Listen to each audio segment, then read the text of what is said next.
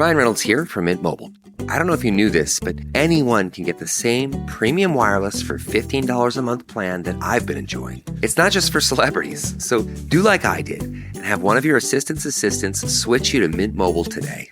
I'm told it's super easy to do at mintmobile.com/switch. Upfront payment of $45 for 3-month plan, equivalent to $15 per month required. Intro rate first 3 months only, then full price plan options available. Taxes and fees extra. See full terms at mintmobile.com.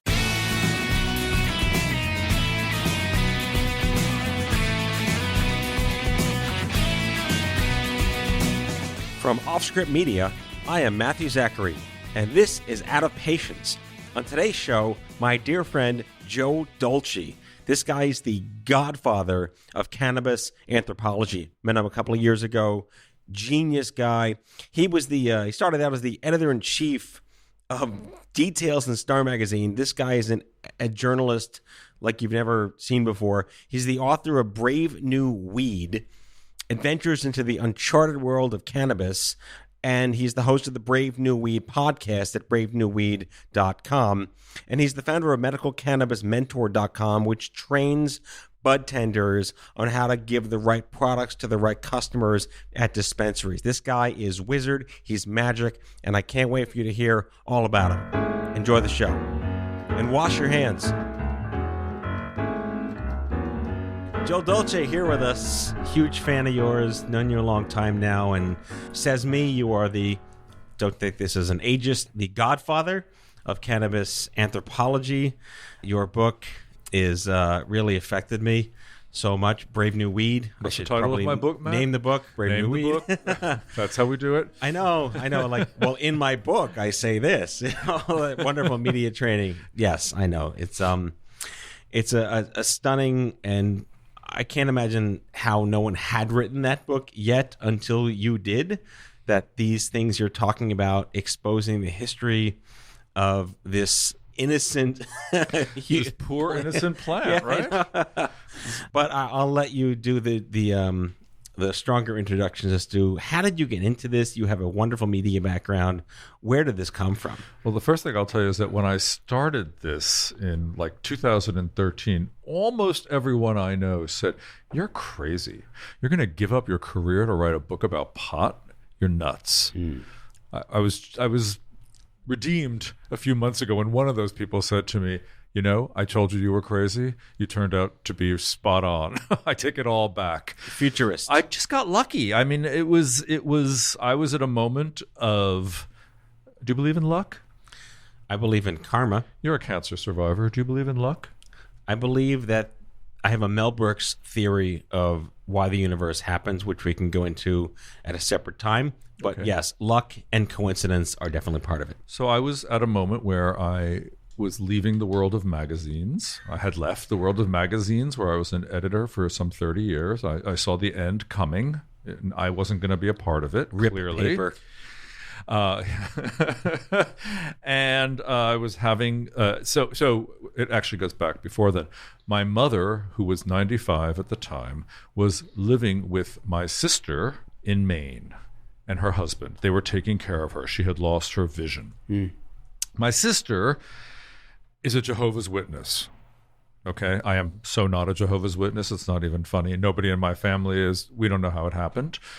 Her husband is not a Jehovah's Witness. And one morning he wakes me up very early in the morning and he says, "Hey, do you want to see this new hobby?"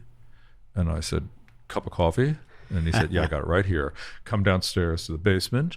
He says, "I want to show you something." Go down to the basement, and we're walking through locked doors, and I hear air filters. I sort of know what's coming, and he walks me through, and we see these two aluminum zip closet bags, and he zips one up, and he says, "I want you to meet the girls."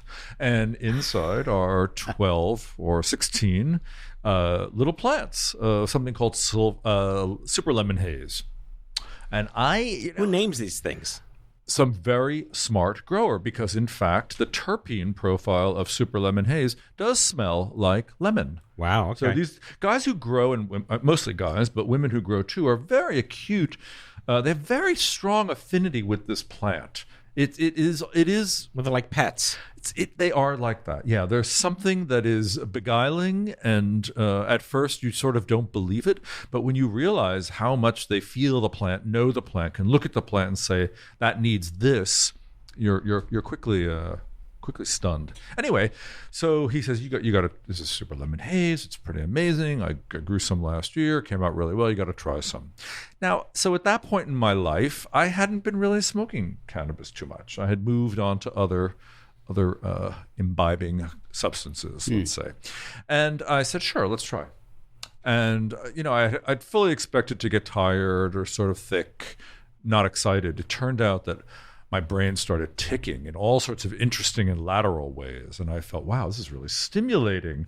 And I had a great day. And I said to him, give me some of that. As I left Maine, I was like, give me some of that. I want to take some home with me and explore it.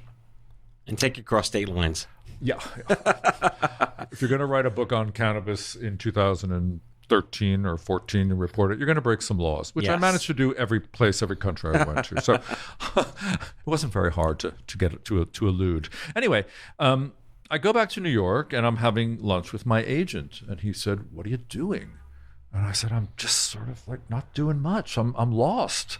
What I have been doing is smoking this really good weed." And he's like bangs the table and he goes, "God damn it, I love weed." And I said, "Bob, you're in your 70s. I've known you for all these years. How have I never known this?" And he said, "Oh, the feds are ridiculous, and I've supported normal my whole life, and I won't even travel to a hotel anywhere, no matter how four-star it is, if I can't open the windows. You should write a book on this." And I said, "Bob, what's there to write about? It's weed." He said, "Look into it, Joe. Look into it. There's amazing things happening." Okay, so do you want me to keep going? Please. No, this is the anthropology. Anthropology, that's how it starts, right? So it was a birthday coming up of mine in November. I can't remember what year it was, but 29 again. Yeah, 29. We'll leave that aside. And it turned out that it was the 25th anniversary of the High Times Cannabis Cup that was being held in Amsterdam. And I had always heard about this event and had never gone to any of them. But it was my birthday, and I was thinking, okay, maybe this is worth exploring. So I did. I booked a ticket to Amsterdam, took myself there. Amsterdam in November, there's nicer places you could go. It pretty much rains or sleets on you all the time. And it did. And the convention itself was so discombobulated. I mean, there was one crooked sign hung on a fence somewhere, and the hall itself was not heated, and there were a lot of people there in tie-dye coughing really heavily. And I'm the only guy with no beard walking around with a notebook and a pen, and everybody thinks narc, right? So I had almost no friends in this convention. This you were the pariah. Convention. I was just sort of not loved, and by the end of the 4 days, I met a few people there. I'm not sure I wasn't loved, but I met an American guy there, and at the end he said, "So what was it like for you?" And I said, "I didn't really like it." He said, "Yeah, the lights are really going out here in Amsterdam, aren't they? I moved to Denver 2 years ago. You should come and see me." This guy turns out... Well, that was where everything was starting. This is before it was starting. It was before... they had passed some laws, but there was nothing legal, nothing on the books. So everything going on was in the gray zone or underground. Anyway, Adam Dunn, he has a podcast. Lovely guy, big beard. And I remained in contact. And strangely enough, he started answering my emails when I came back. And I said, "All right, I'm taking you up on your offer. Can I come out and hang with you guys, whoever you are? Everything has to be on the record. I'm going to observe everything. I'm going to quote you by name. If anybody doesn't want to be a part of it, they don't join the festivities." And he said, "Yeah, come on." And I got, okay, now I do believe in luck.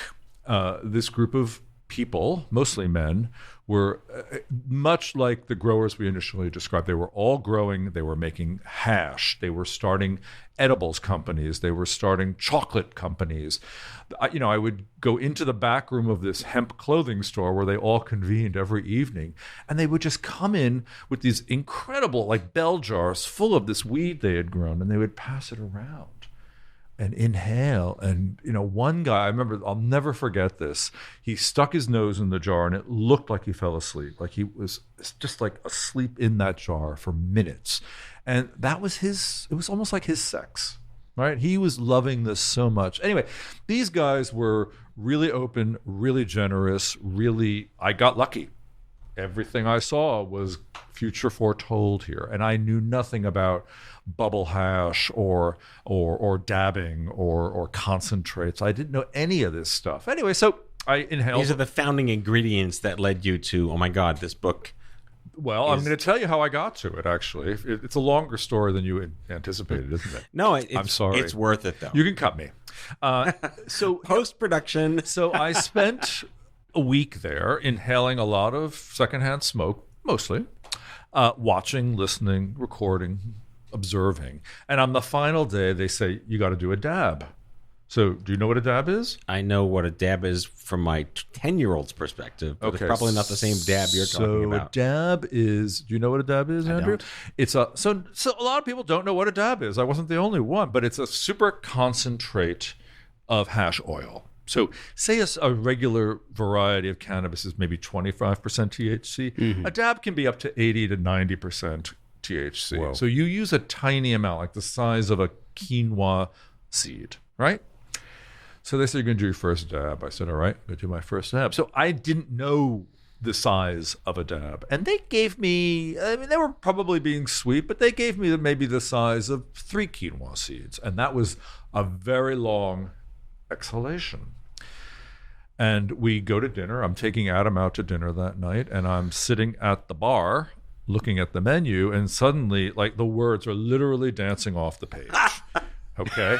Your Leary experience was happening. Now, this is fun for about a minute, and then I'm on the boat. Like, the seat is rocking, right? And the table is feeling unsteady, and I know this is not going to end well, and I end up running outside and puking very hard, like from my testicles, okay? It is not a natural vomiting. I have never experienced this in my life. On the street in the winter in Denver, outside this restaurant, but like a half hour, okay? And this is not going away. Finally, it stopped, and it was horrible. And I go back inside, and Adam drives me home, and I puked on the way home in the gutter. The whole thing was humiliating and exhausting and very uncomfortable. It might not have been true that you needed to do a dab. It was extremely disconcerting because cannabis, as you know, is always typically used as an anti-nausea medication, right? Yes, People true. with cancer use cannabis to quell nausea, to feel better. Not to induce it. So I had a bad night. I had a slow, foggy morning. I woke up and I started Googling, what's going on? I could not find an answer.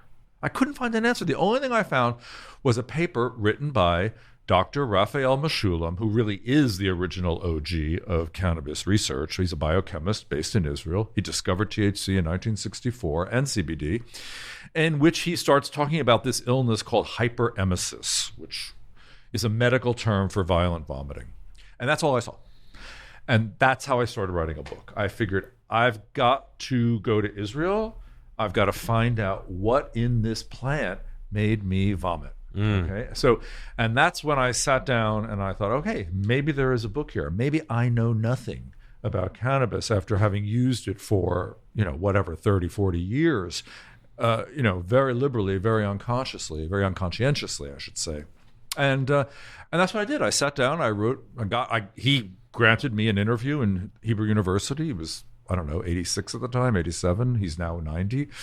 That's it. That's how I began the journey of what is cannabis, really. Sorry for that really long answer. No, that's really it, man. But that's the thing. All right, so now we know what dabbing is. Your version of dabbing, not the one where you stick your hands on front of your face and like the kids do these days in the dancing. I just dated myself as well. Dad joke there. You did, Daddy. But at the end of the day, the book is not just a telling of your awakening and discovery and heaving on 16th Street in Denver.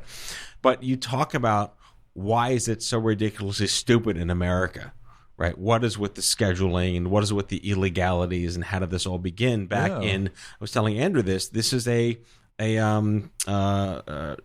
prohibition. The prohibition began after alcohol prohibition. Let me tell you, what's going on in America today, this has been happening for a long time in many different ways. So in the Great Depression, a lot of Mexican workers were fleeing Mexico because conditions were worse there, and they were coming over the border. And the head of what was then the FBN, Federal Bureau of Narcotics, he saw an opportunity. There's brown people. We can label them criminals. And how are we going to get them? Not because they're brown, but because they're carrying this stuff with them. Right? They weren't carrying bottles of tequila. That's heavy. You can, you can pick some dried leaves and carry them with you, and it makes nasty, hard labor a lot better, right? So that's how federal prohibition began. This crazy guy, Harry Anslinger, like the J. Edgar Hoover of his day, started this idea of marijuana prohibition and rammed it through the Congress. Institutional racism. Completely. I mean, the AMA argued against it at the time. They argued that cannabis was a useful all-purpose medicine. Right. But he managed to ram it through. FDR signed it, and that was the beginning of the prohibition. It just got worse. He produced with federal dollars reefer madness. Right. I mean, you look at it today, and it's laughable. But you know what? It's a terrific film. It's a terrific film. You know what its biggest claim was? Do you remember? Well, I think the scene that most people are familiar with is the one in which a man smoking marijuana demands that a woman play the piano faster and faster, and I believe it ends with him throwing her out the window. Yes, exactly. Violence, insanity, and causing white women to sleep with black men. Right. Okay, those were the three things that cannabis will make you do. Okay. And that just stuck. And then it gets even more surreal when you get Richard Nixon in the 1960s, who hated hippies and everything associated with them, right? And he starts this war on drugs and starts this Schedule I classification, which lumps it along with heroin. And that's when and devotes a shit ton of money toward it. And, politicians, they really like a war. Yes, they do. And if it isn't a war with guns, you can definitely wage a war on drugs and make it immoral and make it, unethical and all this stuff. And it is amazing how all of those myths and misconceptions became sort of fact. Back with our guest after the break.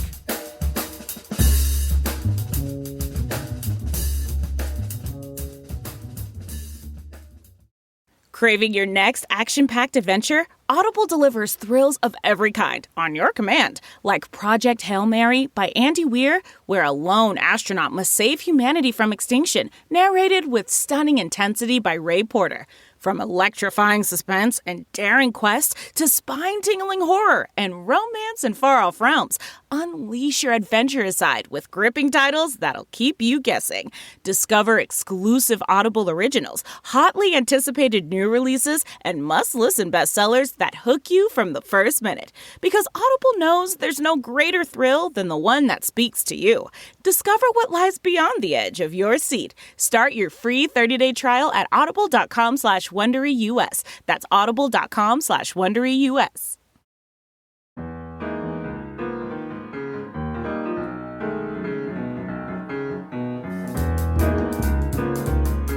The part that struck me the most about what you just talked about is when you were with your elder friend and you talked about cannabis. He's like, oh, it was like me too. Like let's all come out of the weed closet because it's this unnecessarily undiscussable conversation out of risk and shame.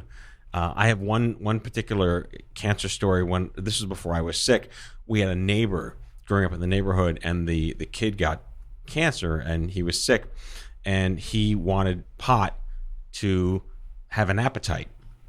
Yeah, because he was getting tiny and dying from chemotherapy, or whatever.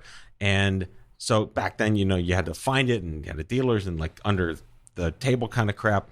And one of the neighbors ratted him out for smoking weed in the house illegally, even though he was using it to have an appetite to live through chemotherapy. What a hero that nice neighbor was. Nice neighbor. And that was like how I was introduced to cannabis and cancer, is like, but it helps you.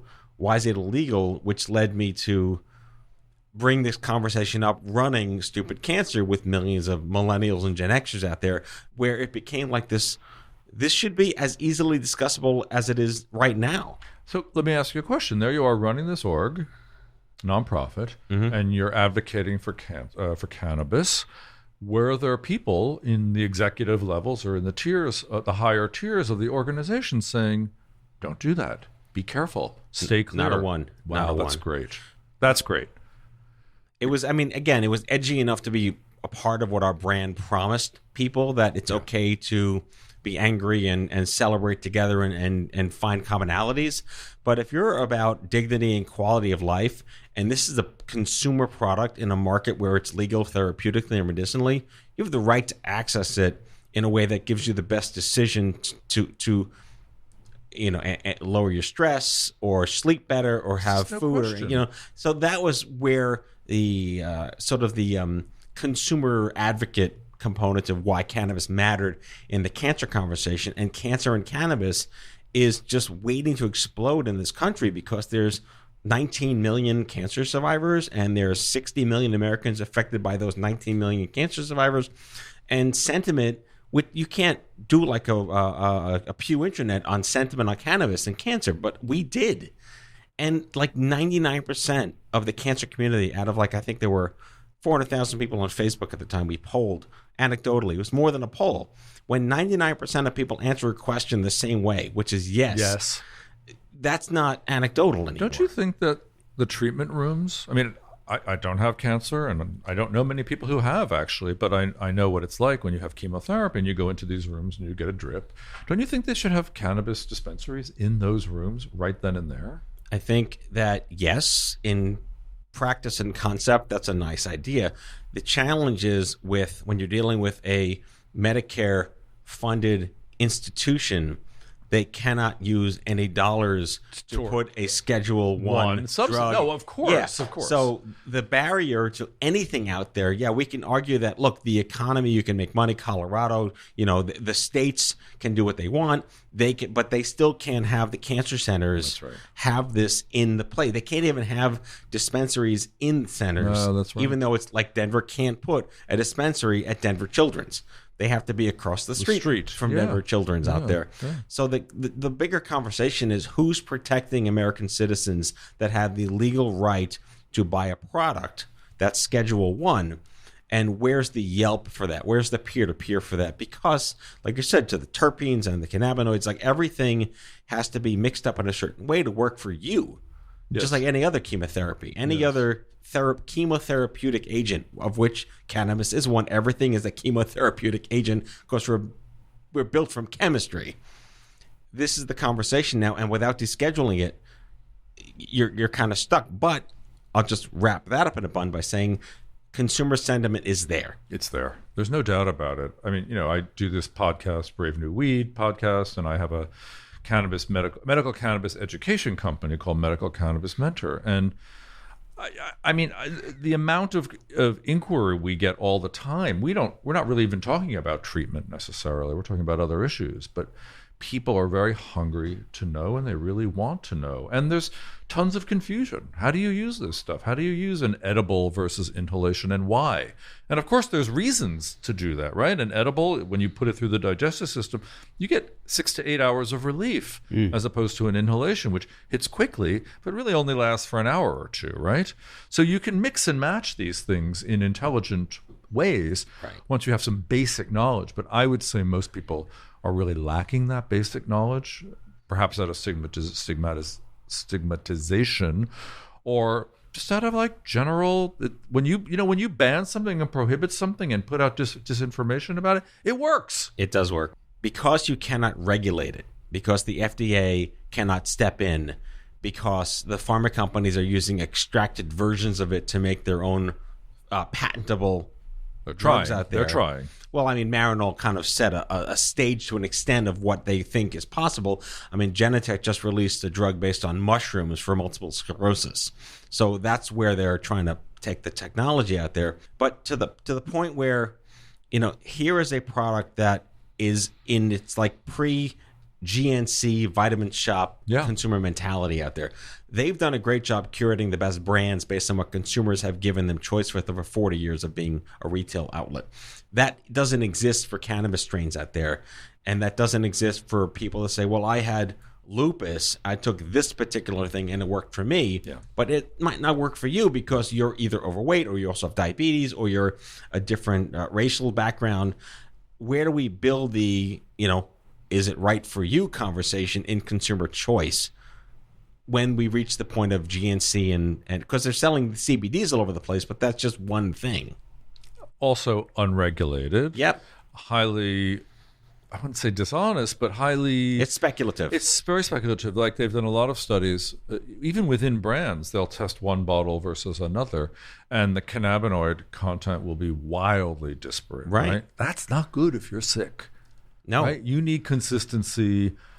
Even if it's a botanical medicine, you need consistency. And Well, cannabis it's like when is a great botanical medicine. Like when they cut cigarettes with like pig shit. Like you never know what's in it, right? I've never heard of that. Sounds disgusting. You have no idea the history of because we did a whole show on like cigarette smoking, and I learned a whole lot about because back in the day you were regulated. So the whole point is just because you buy a CBD lemonade at this store doesn't mean the CBD lemonade next to that CBD lemonade has the same stuff in it. Not at all. You just don't know what's in the stuff that you think is helping you.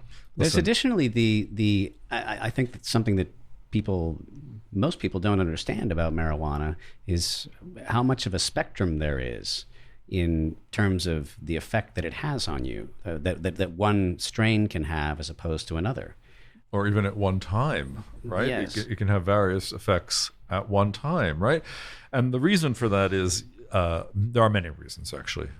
Hundreds, in fact.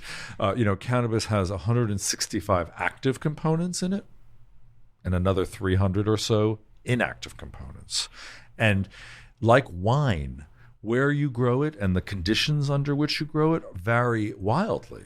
So all those conditions produce different subtle effects within each variety, just like wine. So, a Pinot Noir grown in California versus a Pinot Noir grown in France are not the same drink. And it's the same for cannabis. You grow it outside in sun in Northern California by the sea, and then you take that and grow it indoors in an industrial grow, you aren't getting the same thing, right? So that's one level of variation. Then we have this other variation, which is called the endocannabinoid system, which is the system of receptors with which the cannabinoids, THC, CBD, and other ones, attach. And we don't really know much about it, thanks to good old Schedule 1 again. Yes. It really does prohibit a lot of research and a lot of dollars going into it.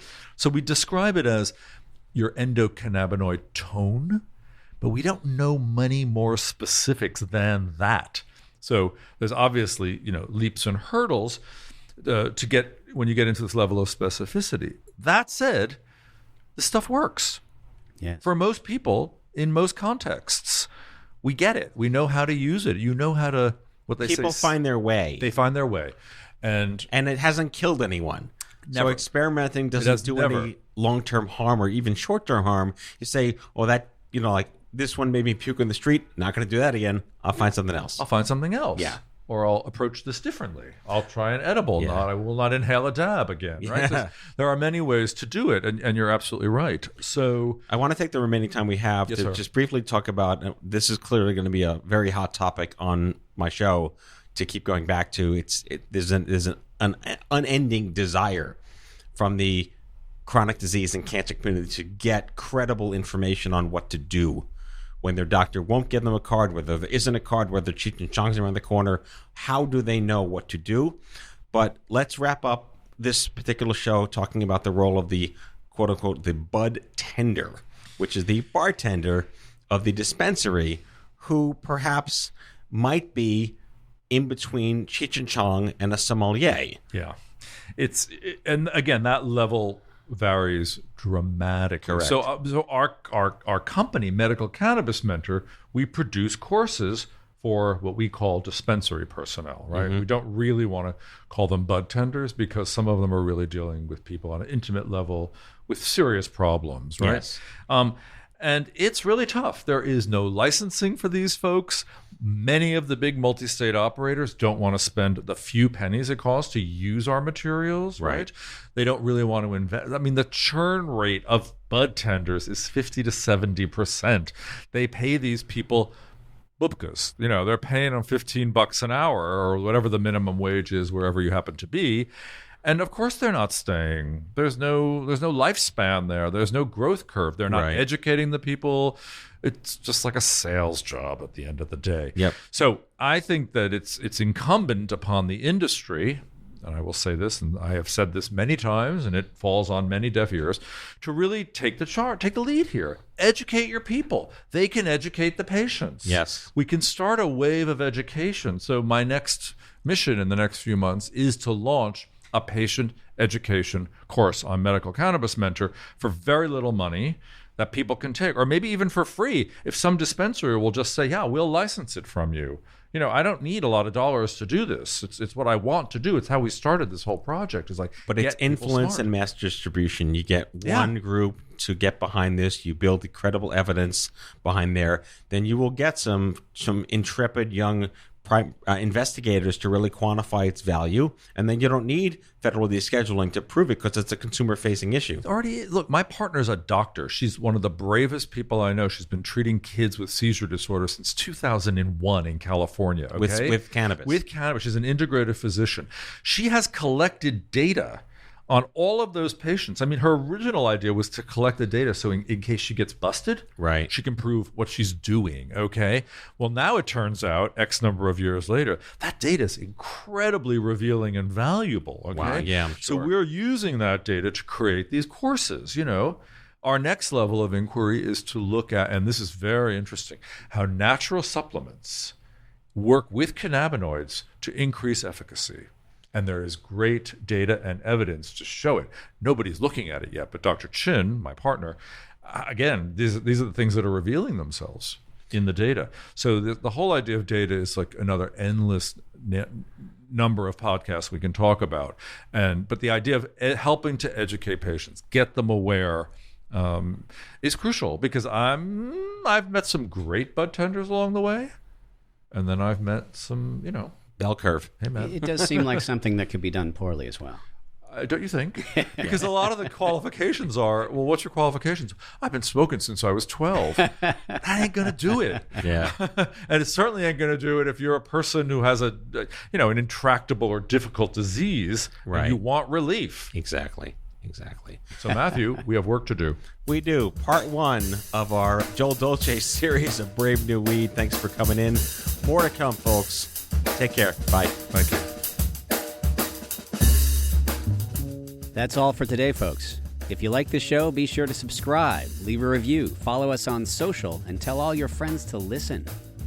Out of Patience with Matthew Zachary is a product of Offscript Media. Our executive producer is Matthew Zachary. Our senior producers are Jen Horangeff and Andrew McDowell. Darren Tunn is our production intern. It is recorded, mixed, and edited by Matthew Zachary. Our theme music is by the Mike Van Allen Quintet and by Mara. For advertising and media inquiries, email media@offscript.com. Hit us up at contact@offscript.com to share comments, feedback, and make guest recommendations. For more information, visit offscript.com.